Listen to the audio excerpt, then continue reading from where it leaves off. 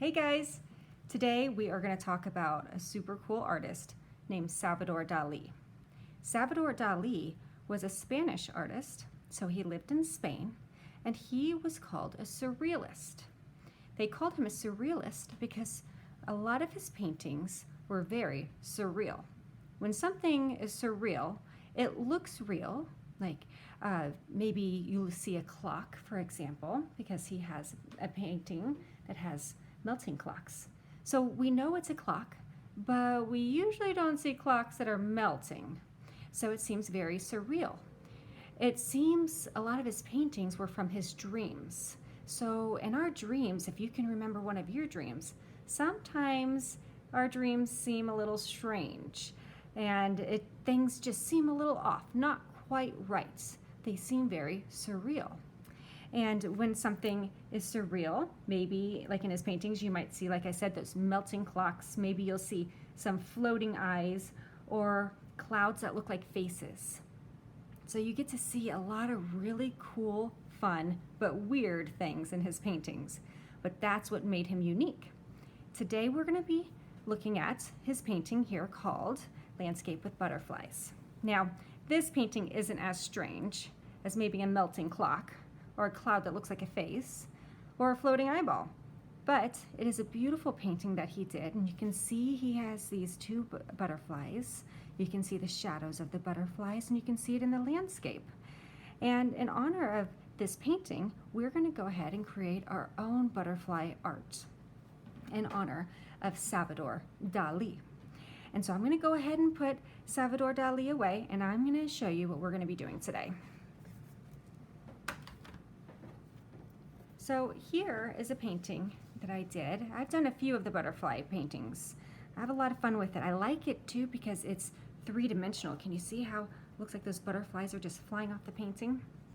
And we're going to talk a little more later on how to do that. But what we're going to be doing is we're going to be making butterfly trails.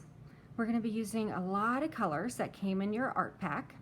So you'll want to get all your paints out and ready. Even make sure you get that glitter too, because we're going to add some of that also. And you're going to get your art kit that has all your materials. So you will have a canvas panel like this. You will have your paper bag that will have all of your materials, and I'm going to pour it onto the plate because you're going to need your plate too. Okay. So it comes with the label that will go on the back of your painting once it's all dry. We have a bunch of butterflies, some different sizes. Some are big, like this is one of our big ones, and then we have a smaller one here. So you'll have a few of those, and you'll have some gems. So that's what we're going to have today, and you also will need your glue. So we're going to be gluing all of our butterflies onto our canvas in just a little bit. You will need your brush. You have 5 brushes. You can choose the one you want to use, or you can use all of them. I'm starting with a big brush. I also grabbed a smaller brush because the smaller brush is going to be good for the butterflies, especially the teeny tiny butterfly. So you'll have your brush, and then you're going to have some paints. You can see I've been busy painting already, so I don't have as much left in my cups. And of course, can't forget that yellow and that glitter. You're gonna be able to use your primary colors, which we have red, yellow, and what's that last one? Blue. So those are primary colors, and you probably have noticed that I did not pack any secondary colors. I did not pack green or orange or purple because it's gonna be your job to make those colors. And I can show you in a little bit how we're gonna do that. So first things first, we're gonna get our big brush. And we are going to make some butterfly trails. Oh, also, don't forget, have a paper towel ready, and if you can, a jar or a cup of water to wash your brush. If you're using all 5 of your brushes and you're using those brushes all with a special color, then maybe you don't have to wash them. You can just decide what brush is going to be the yellow brush, what brush will be the blue brush, and so on. But I'm going to show you how I wash my brush as I move through my painting, so just in case that's something that you're doing also. So for my trails, I'm going to start with my yellow, the primary color. I'm going to start with my lighter colors first and work toward my darker ones. It's a little easier to wash your brush with the lighter color. The darker colors take a little bit longer. So I'm going to dip it in, and I'm just going to make some fun lines. These are going to be the butterfly trails. I'll do maybe 3 of each color. I kind of think about when I see the butterflies outside, because we're seeing a lot of them right now, because it's springtime, and I see them flutter around like as if they're dancing, and I imagine what their trails would look like if we could see them. And so now I get to decide what I think they would look like and create that painting. I'm going to wash my brush, so I gently kind of blot it into the water. You don't want to splash around too much, because then you could get splashes on your painting. And then I will take my paper towel and just let it absorb that extra water. Okay. All right, now I'm gonna do some glitter. So that's always fun. Maybe I can add some more later. And I'm just gonna put it anywhere, because I'm gonna even let, this doesn't need to be a trail necessarily. It's just kind of add a little bit of shimmer. All right, and I can always add a little bit more later. I'm gonna go ahead and keep the glitter on my brush. I'm not gonna wash it, because I wanna see what happens when I dip the glitter brush into my pink. Maybe it'll add some glitter to my pink. And then I'm just gonna make some pink trails.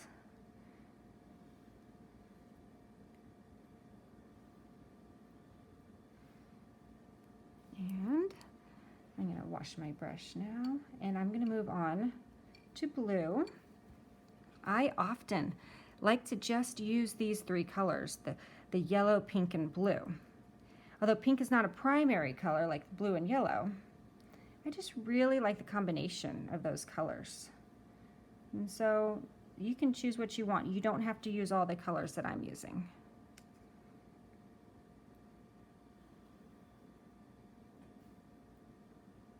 And I guess I'll add some red, because I do like red too. Just not as much as I like these 3 colors. Maybe red's your favorite color. Maybe green is. I know my favorite color changes all the time, but I do like red. So I'm just gonna add it. It's a very strong color, very bold. Okay. Sneak that in there so I can kind of see all 3 primary colors next to each other. I kind of like that. Sometimes you surprise yourself with what you do with a painting. You're like, maybe you didn't think you'd like something, and then you do it, and then you're like, hey, look at that. I didn't know I like that. Okay, so now I have my butterfly trails, and I'm going to set my painting aside, and I'm going to get my butterflies out. Now I'm going to take a look at what I have, and I'm not going to use all of them either. I might just use 5 or so. I'll set my other ones aside, and I'll grab them back if I feel like if I want to use them. And I'm going to put my jewels over here in a little pile. So we're going to use those in a little bit, and I want to use my plate for some mixing too. So I'm going to get my little brush for this step. You can use your big brush if you want. Maybe you'll kind of do a combination of the 2. So let's do some mixing. Now, we talked about how we don't have the secondary colors in the pack, so we're going to go ahead and make them. So we're going to add a little blue. I'm going to add a little, yellow comes out a little fast. And I'm going to mix them. I'm going to use my big brush for this one. All right. And we are getting our first secondary color, and that is green. Okay, I'm going to paint some green dots on my butterfly. Maybe I'll do some up top too. I'm trying to make it symmetrical. If you've already done your mosaic art projects, we talked a little bit about things that are symmetrical, and when something is symmetrical, it is the same on both sides. So if you were to put an imaginary line down the middle, you would want this side to be exactly the same as this side for it to be symmetrical. All right, so now I had my green. I'm gonna wash my brush. And you know, I'm probably not gonna paint all of my butterflies in this video here, just because I know you're gonna be busy painting yours and coming up with your own ideas of how you want to design your butterfly. So I'm gonna get some pink and maybe paint the middle of my butterfly like this, and wash. It's a little easier to wash the little brushes. Then I maybe want some yellow.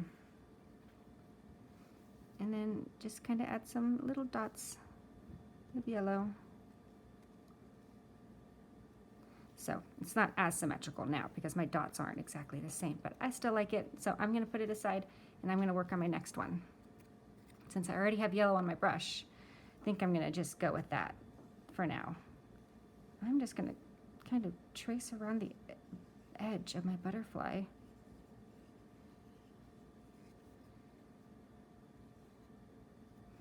Wash my brush, dry my brush, and dip. Oh look, I'm doing pink again for the middle. It's funny, I didn't realize I was doing that until I just already put my brush to my butterfly.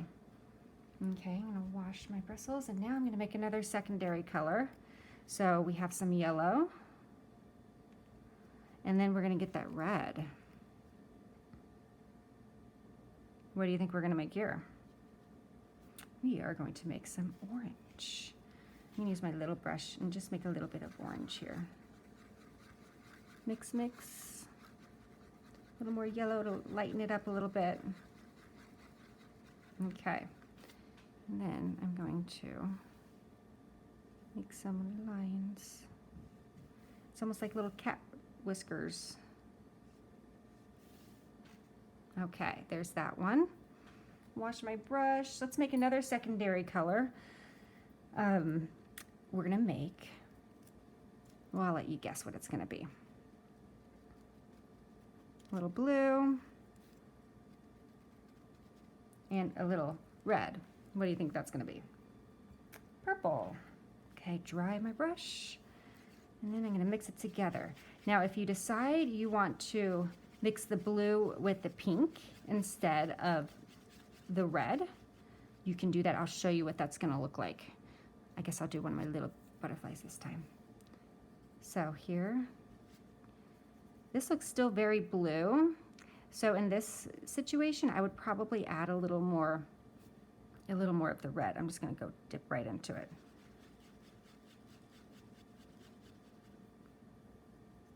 Kind of gives it a little more purpley look. See how I added that red and it helped? That blue was taking over. Now that purple is pretty dark. If you want to make a nice light purple, you will take your blue and then you'll take your pink. This will make the purple that I really like.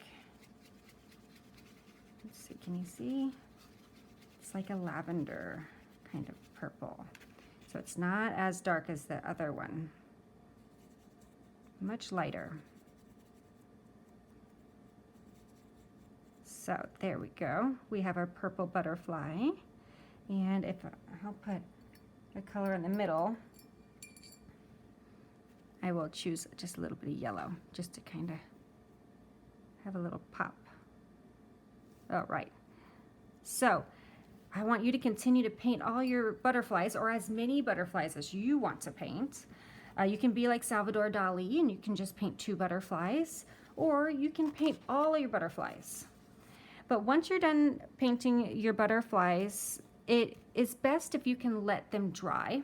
So if you can put them in a safe place, let your butterflies dry, and then you can add them to your painting. But if you don't want to wait and you want to get started right away, that's okay too. And I'm going to show you how we're going to do that.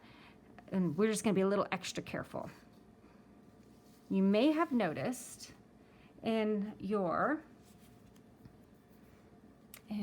pack with all your butterflies that your butterflies are already slightly bent a little bit. That's because we want the wings to stay up. And I'll show you how to hold the butterfly when it's wet, because it can be a little tricky when you have paint. That's why it's best if it's dry, but no worries, you can keep going if you want to. But you're just going to use your pointer finger and your thumb. You can have mom and dad help you with this step if you want, but you're gonna grab your glue, open that glue by twisting that top, and so I'm looking at my trails, and I wanna put my butterfly at the beginning of one of the trails. So I think I might have a lot of my butterflies maybe flying down. I'm not sure, we'll see what happens. But I'm gonna start here, and I'm going to squeeze a dot of glue. You don't need a lot. Like I always say, dot, dot, not a lot. And then you're gonna choose your butterfly. I'm going to choose this one. So I'm gonna hold my butterfly like this, holding those wings. We don't wanna close the wings because then your your design might get a little messy. And so you're just gonna gently hold it like this, and you are gonna set your butterfly on that glue dot. You see how the wings are still standing up? If your wings flap down, that's okay. Gently pinch them up. Maybe ask mom or dad for help if that does happen. But you'll want to see those wings up. Okay, I'm going to find another spot. So I'm going to put one here in the red. I think I'm going to have my little purple butterfly there. See how I'm carefully holding it? Just like that. And let's see. I'm going to scoot this up so you can see. Gently touch it to the glue dot with the wings up. And I'm going to go to my next one. I will have that one flying up. So I'm going to put it on this one here. I'm going to squeeze the wings like this. And I'm going to put it on like that. And then you just keep adding your butterflies, all the ones you painted, onto your butterfly trails. And if your wings start to flap down, remember how I told you, just gently squeeze them up and squeeze them up. And when your painting is completely dry, then that's a good time to go and get those wings back up again.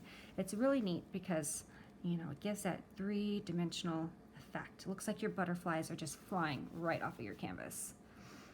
And now you get to add your gems. You don't have to if you don't want to. Maybe you just want to add one or two, or maybe you want to add all of them all over the place. And so you can just find any spot you want.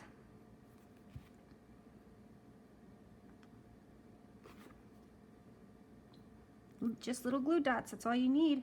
If you, oops, that one kind of didn't fall right onto its little glue dot, but I pushed it over to make sure the glue would touch it.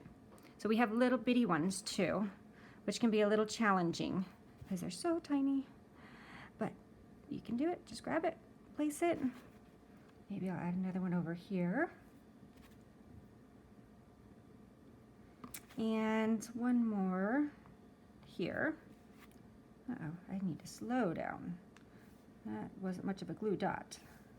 Sounds like a glue line. All right, so I think I'm done, but I'm gonna save my extra materials. I'm gonna save my jewels. Maybe I wanna add some later. Maybe I wanna add it to a completely different project. You can do that. It's always good to save any extras you have. Maybe I wanna add my butterfly to something else later.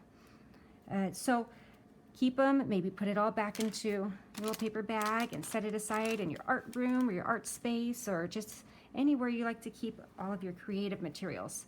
And be ready for your next projects. You'll have lots of fun stuff to use as extras.